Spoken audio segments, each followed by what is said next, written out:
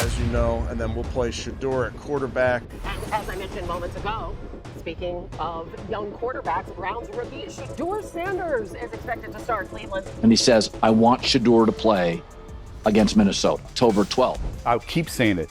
I believe Shedeur Sanders should play more games than any other quarterback on this roster this year, because he's the only guy that I look at. Haters stunned? Oh, they better be, because Shedeur Sanders has just been named the starting quarterback for the Cleveland Browns, and it's not a drill. And he's going to have an opportunity to do it on a national stage. This is why Shedeur Sanders is a different kind of fifth-round pick. Go and win the job. You're on national TV. Go and light it up. Throw the ball, have fun. The same fifth-round rookie they all dismissed just bulldozed his way through vets, playbooks, and politics to take over one of the most chaotic QB rooms in the league. This isn't hype, it's happening, and the NFL has no idea how to stop what's coming. This just in from the NFL. The Browns expected to start Shedeur Sanders at quarterback in their preseason opener against the Panthers, according to Cleveland.com. But Kenny Pickett and Dillon Gabriel have hamstring injuries, and Cleveland doesn't want to play 40-year-old Joe Flacco, who is likely going to be their starter when the season begins. So Sanders is reportedly going to get the nod to start on Friday night. Let's be real, just a few months ago, the Cleveland Browns were stuck in the same exhausting loop: quarterback drama, broken promises, and endless rotations. Fans didn't trust the process anymore because there was no process. It was just survival. And then came Shedeur Sanders, a fifth-round pick tossed into the mix like a developmental placeholder. Not a savior, not a solution, just another name on a long list of maybes. But from the moment he stepped into the facility, something shifted. The doubt didn't disappear. He dragged it out and replaced it with urgency. Well, here's a grand opportunity on a national stage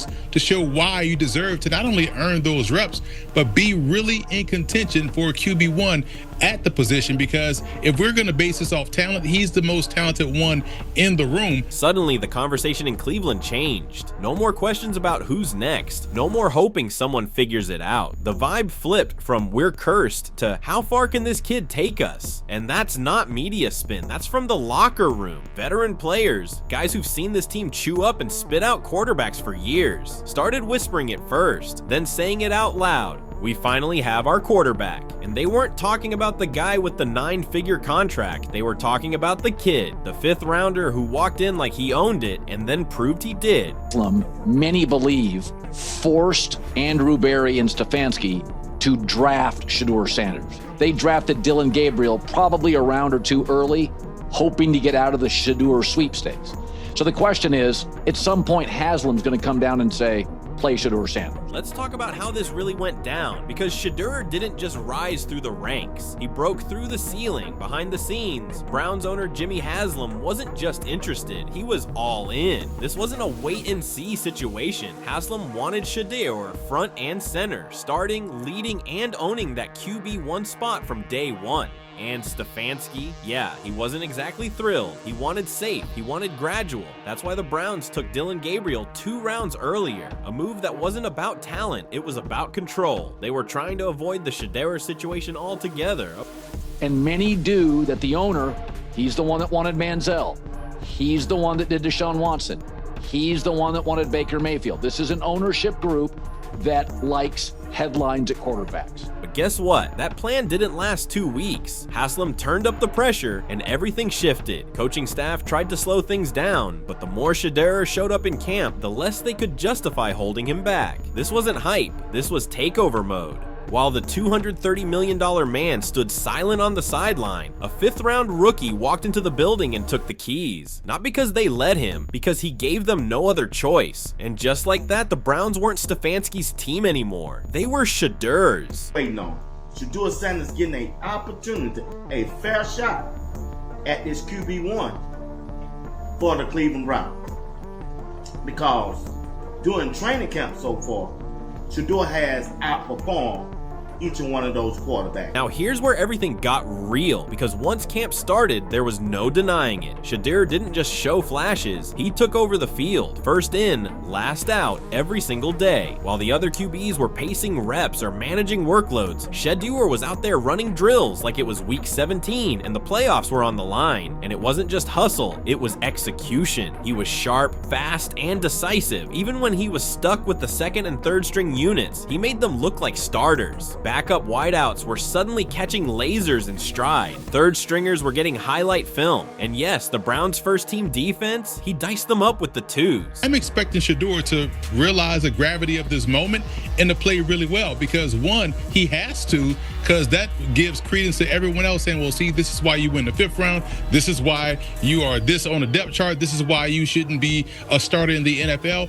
He understands the situation, so he has to go out there. Let that sink in. He beat the starters using the backups. The coaching staff kept trying to rotate him out, but he made it harder every single rep. By the end of the second week, you couldn't ignore it anymore. He wasn't just performing, he was outperforming everyone. The moment veterans started backing Shedeur, everything shifted. One offensive lineman told the coaching staff directly they finally had their quarterback. That kind of statement doesn't come from hype. It comes from watching a player take control under pressure and deliver consistently. Shedeur's been great. I mean, he's a lot of fun to be around in those meeting rooms, and I think so far there's been, at least once in the meeting room that he's made me crack a smile.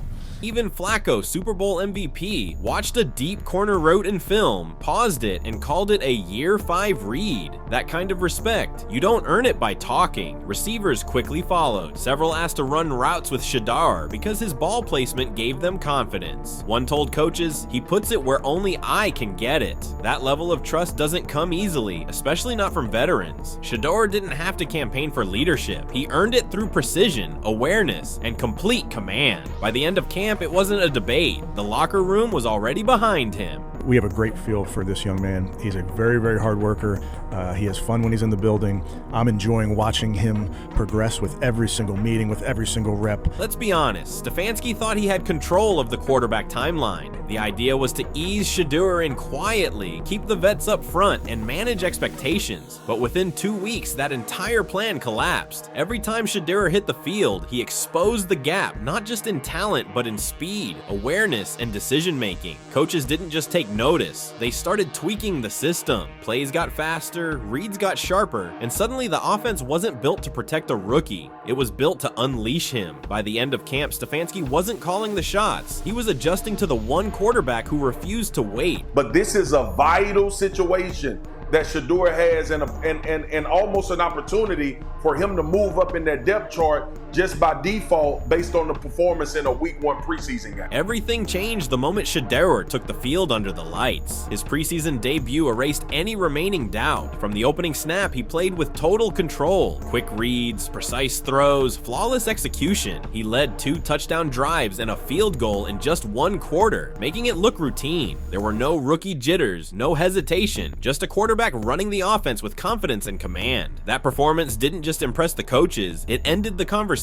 Shedeur didn't ask for the job, he took it. To have the greatest preseason game in preseason football history to kind of change the perception of these Browns coaches that seem hell-bent on not allowing him to play himself up that depth chart despite doing so in training camp. Let's be honest, by the end of camp, Shedeur wasn't just leading the offense, he was setting the tone for the entire team. He brought urgency to practice, leadership to meetings, and work ethic that veterans respected without question. Players on both sides of the ball started following his lead, not because of his title, but because of how he operated. He didn't just win the locker room, he reshaped it. And if you've made it this far, you already know, this isn't some rookie fairy tale. It's a full-blown takeover. So hit that like button, drop a comment, and subscribe now. Because Asserteur Sanders isn't just changing the Browns, he's changing the entire league, and you're watching it happen in real time. Everybody's talking about it. On Twitter, Instagram, Facebook. They talking about it. They are talking about, boy, I can't wait to see your boy.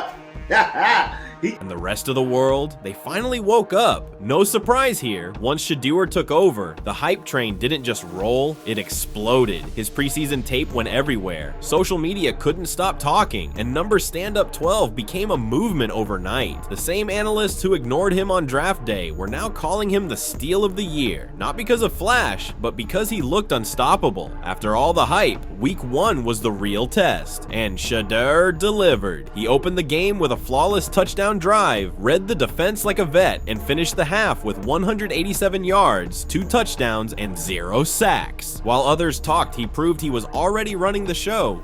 Shedeur, we talk oftentimes about quarterback being the most important position in the sport. We obviously spent a lot of time with Shedeur throughout the process.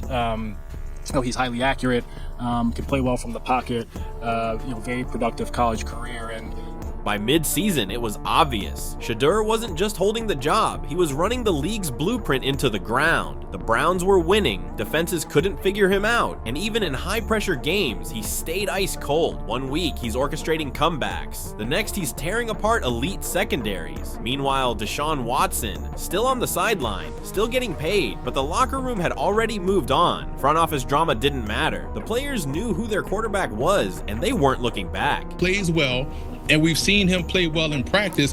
It won't be long before the team starts saying, hey, this is the guy that needs to be out there. We saw this back in 2012 with Russell Wilson. Remember, they had just signed Matt Flynn to a bunch of money, and next thing you know, Russell Wilson, 3rd-round pick. Fast forward to the final stretch, and let's be clear, nobody was calling him a rookie anymore. Coaches were comparing him to Russell Wilson. Vets were following his lead, and while brands lined up with offers, Shedeur kept his head down and stayed locked in. The Browns clinched. Shedeur passed 4,000 yards, and fans stopped doubting. They started talking legacy. Forget hype. Cleveland finally had a quarterback worth building around, and Shedeur, he's just getting started.